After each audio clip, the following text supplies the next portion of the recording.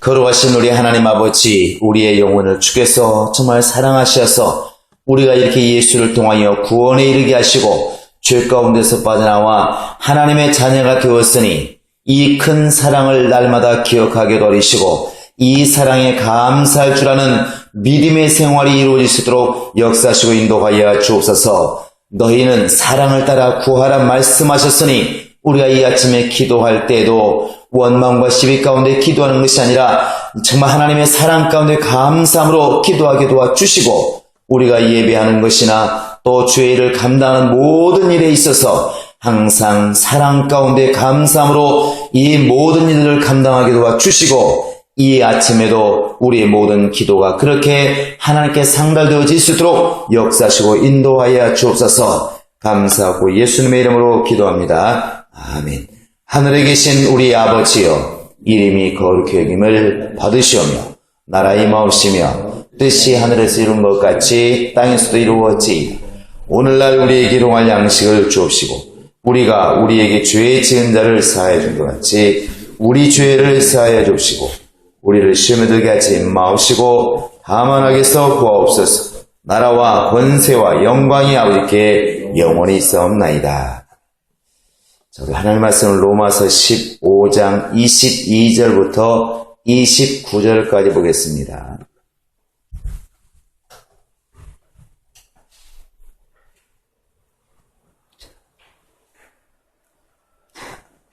(22절부터) 29절 시작. 그러므로 또한 내가 너희에게 가리하던 것이 여러 번 막혔더니 이제는 이 지방이 일할 곳이 없고 또 여러 해 전부터 언제든지 서바나로 갈 때에 너희에게 가려는 원이 있었으니 이는 지나가는 길에 너희를 보고 먼저 너희와 교제하여 약간 만족을 받은 후에 너희의 그리로 보내줌을 바람이라.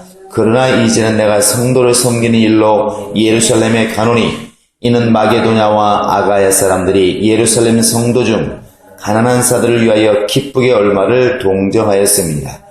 저희가 기뻐서 하였거니와 또한 저희를 그들에게 빚진 자니 만일 이방인들이 그들의 신령한 것을 나눠 가졌으면 육신의 것으로 그들을 섬기는 것이 마땅하니라. 그러므로 내가 이 일을 마치고 이 열매를 저희에게 확증한 후에 너희에게로 지나 소바나로 가리라. 내가 너희에게 나아갈 때 그리스도의 충만한 축복을 가지고 갈 줄을 아노라. 이제 사도 바울이 바로 이제 로마인들에게 예루살렘에 자신의 이제 가는 일에 있어서 이렇게 말을 하고 있습니다. 이제 이 일을 통하여서 예루살렘의 사도행전을 보면은 우리가 너무나 잘 아는 그 밀레도의 설교를 이렇게 하게 되지 않습니까? 그러니까 이제 예루살렘으로 올라가면 어떤 일을 당할지, 환난을 당할지 모르겠다. 가면 정말 죽을지도 모른다. 그러나 이제 예루살렘에 가는 일이 물론 사도들을 만나야 될 것이고 또 여기에 나와 있는 것처럼 마게도냐와 또 아가야 사람들이 예루살렘 사람들이 상당히 어렵다고 그러니까 예루살렘에 있는 성도들이 어렵다고 그러니까 정말 그들을 갖다가 이제 도우려고 아마 물질로서 이렇게 많이 구대 헌금을 마련했던 모양입니다. 이것을 이제 바울이 가서 전해줘야 되기 때문에 예루살렘으로 이제 올라간다 이렇게 기록하고 있습니다. 여기에서 우리가 보고 있는 이 마게도냐와 아가 사람들이 예루살렘을 위해서, 예루살렘 성도를 위해서 이렇게 구제한 것에 대해서 한번 우리가 고민할 필요가 있습니다. 오늘날도 이제 구제라는 말을 많이 쓰고 있고 또 당연히 초대교회는 구제가 참 이렇게 교회 가운데 있었어도 굉장히 중요한 일 중에 하나였던 것 같습니다. 물론 예수님께서도 가난한 자들을 위해서 이 땅에 오셨다고 많이 기록을 하고 있고 어제도 우리가 읽은 바와 같이 이제 가난한 사람들을 좀 도와주어라 갈라디아서 2장에서도 바로 이제 바울이 그런 베드로와 요한을 이렇게 만났을 때 그들은 이제 할례 받은 사람들의 사도가 되었지만 나는 이방인의 사도가 되었다.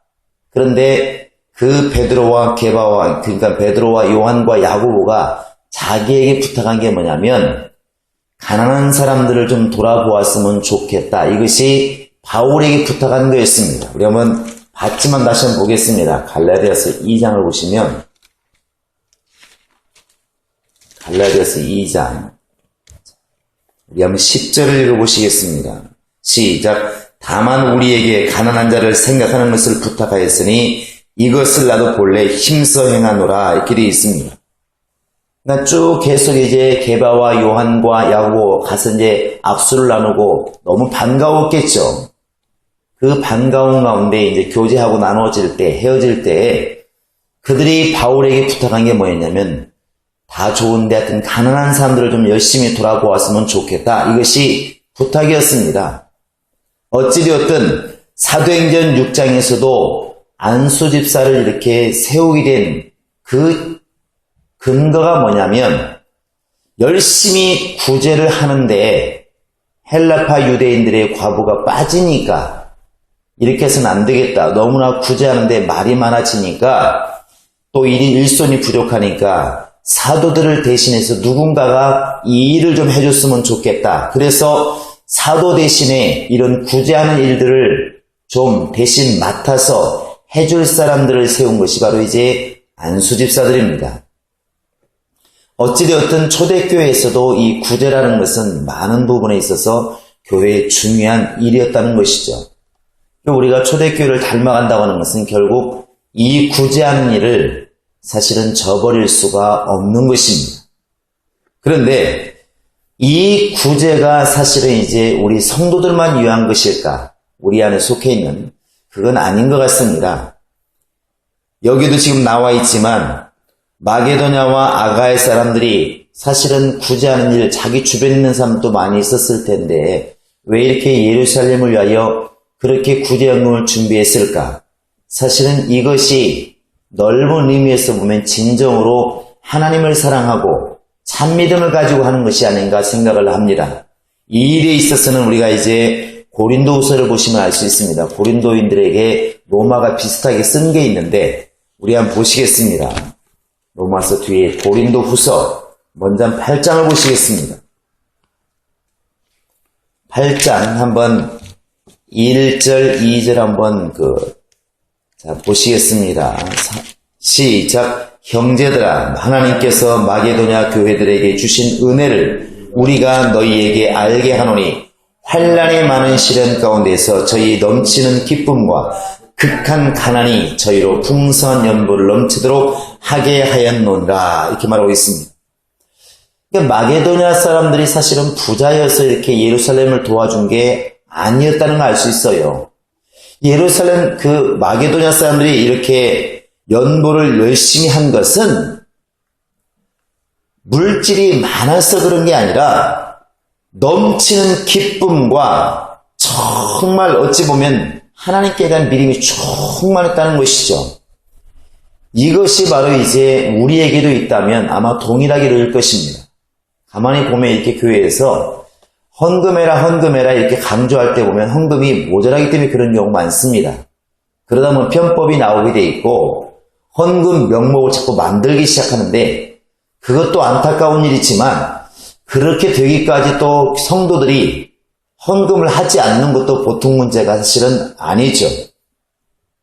구약에 이렇게 출애굽기 35장 30장에 가보면 이렇게 성막을 지을 때 정말 너무나 넘치도록 물건을 가져와가지고 제발 좀 그만 가져왔으면 좋겠다. 이렇게 말할 정도로 자원하는 예물을 끊임없이 가져오니까 그 일하고 있던 그 부살렐과 이 사람들이 와가지고 모세에게 와서 이제 좀 그만 좀 가져오게 하세요. 이렇게 말하는 장면이 나옵니다.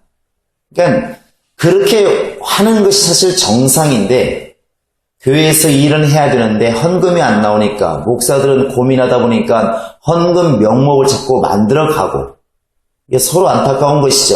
그렇게 이끌어가는 이런 교역자나 또 헌금을 하지 않고 있는데 헌금을 강요받는 성도들이나 너무나 안타까운 것입니다.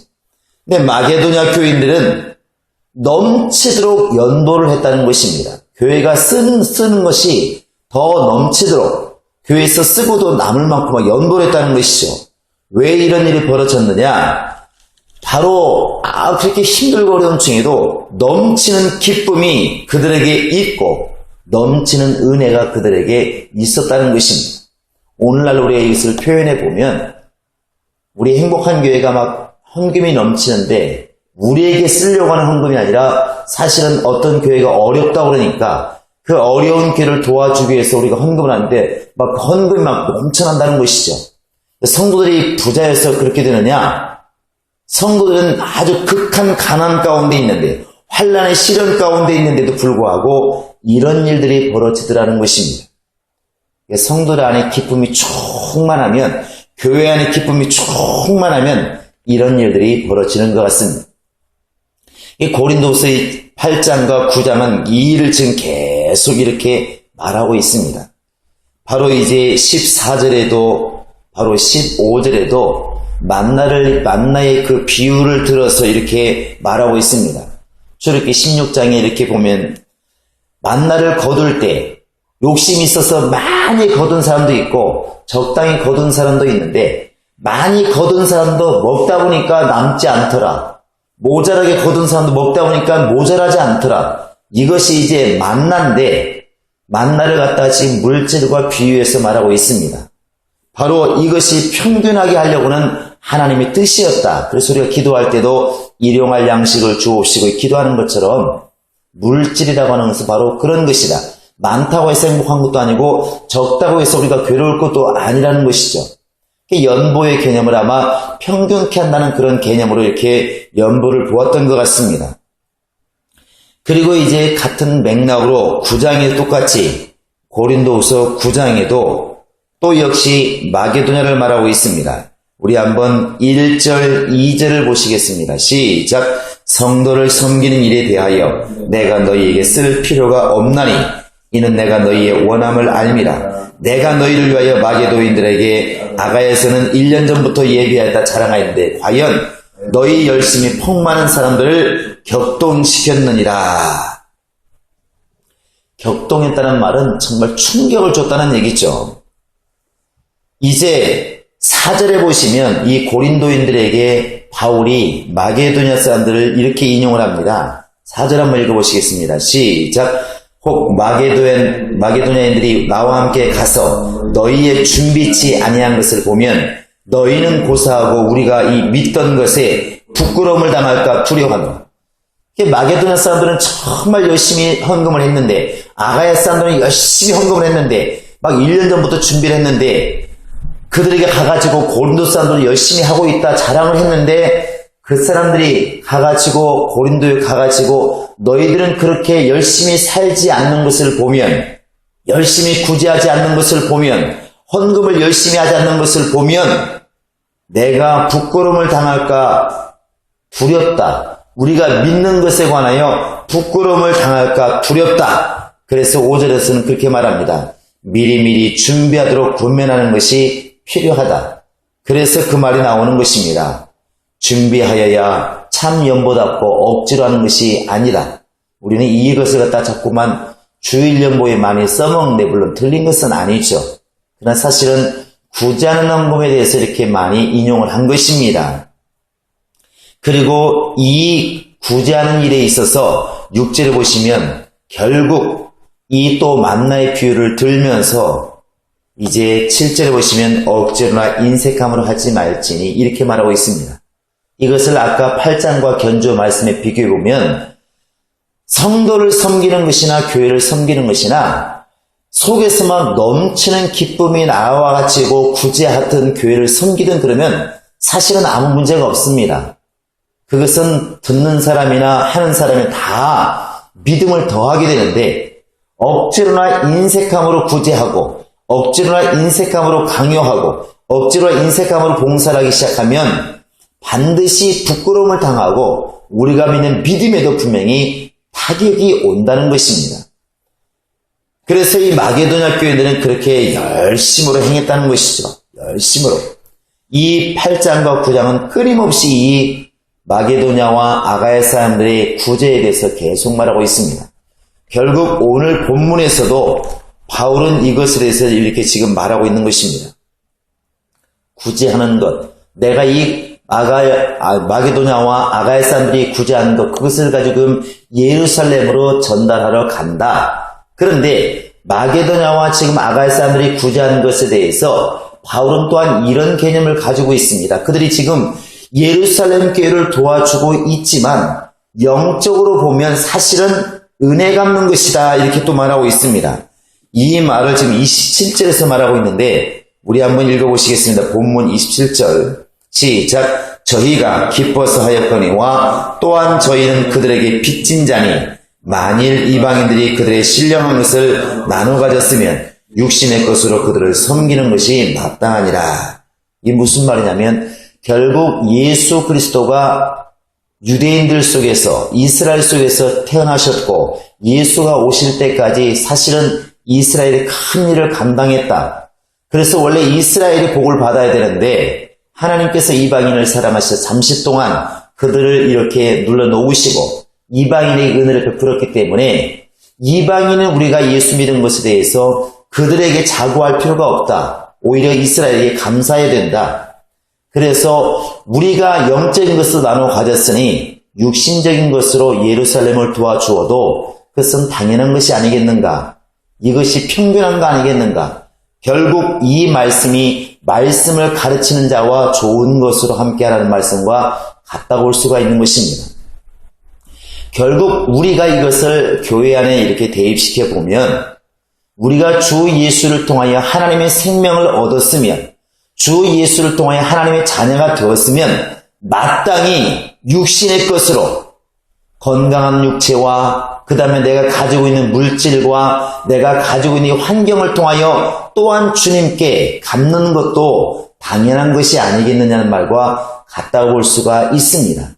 그래서 우리가 예수를 통하여 구원을 받았으면 마땅히 몸이 부서져라 교회 앞에 봉사해야 될 것이고 정말 우리가 또 성도들이라면 어느 교회든 정말 어렵다고 그러면 그들 위해서 기도해야 될 것이고 힘 닿는 데까지 내 물질을 쪼개서 봉사해야 될 것이고 우리가 평소에 힘써야 될 것은 이러한 일들이 누가 쉽게 사는 것이 아니라 자원에서만 나올 수 있도록 그 넘치는 기쁨이 내 영혼에 있도록 유지하는 것이고 그런 기쁨이 없다면 기도해야 될 것이고 이런 기쁨을 소유할 수 있을 때까지 열심히 회개하면서 나를 돌이키는 일들을 해나가는 것이 바로 그것이 신앙생활이라고 생각을 합니다. 정말 이 아침에도 이것을 위해서 기도하는 우리가 되기를 원합니다. 그래서 우리가 교회 안에 이렇게 때로는 잡음이 있고 또 때로는 다툼이 있는 것은 또 시험에 드는 것은 분명히 넘치는 기쁨이 없기 때문에 그렇습니다. 정말 내 안에 넘치는 기쁨이 있다면 헌금한 들 과연 그것이 시비거리가 될 것인가? 예배한 들 짜증이 될 것인가? 사람들을 도우라고 말했을 때 과연 그것이 기쁜 정말 짜증이 될 것인가? 아마 그것이 은혜가 될 수가 있을 것입니다. 이 아침 우리가 기도할 때 하나님 내가 주님의 일을 함에 있어서 봉사를 하든 구제를 하든 또 섬기는 일을 하든 정말 그것이 너무나 자연스럽게 나오시는 그렇게 자연스럽게 나올 수밖에 없는 그런 넘치는 기쁨이 내 안에 있게 하소서. 자기 고장도 아닌 저 먼 정말 예루살렘의 성도를 보고 헌금할 수 있을 만큼 기쁨이 넘쳤던 그런 마게도냐와 아가야 사람들처럼 내 안에도 그런 기쁨이 충분하게 하소서. 일생 동안 이 기쁨으로 일하게 도와주시고 이 내 속에서 넘쳐나오는 생수강처럼 넘쳐나오는 성령의 기쁨이 나로 하여금 일하게 하소서. 다같이 우리 기도하시겠습니다. 살아계신 우리 하나님 아버지 함께 하시고 인도하여 주시옵소서. 거룩하신 아버지 하나님 함께 하시고 인도하여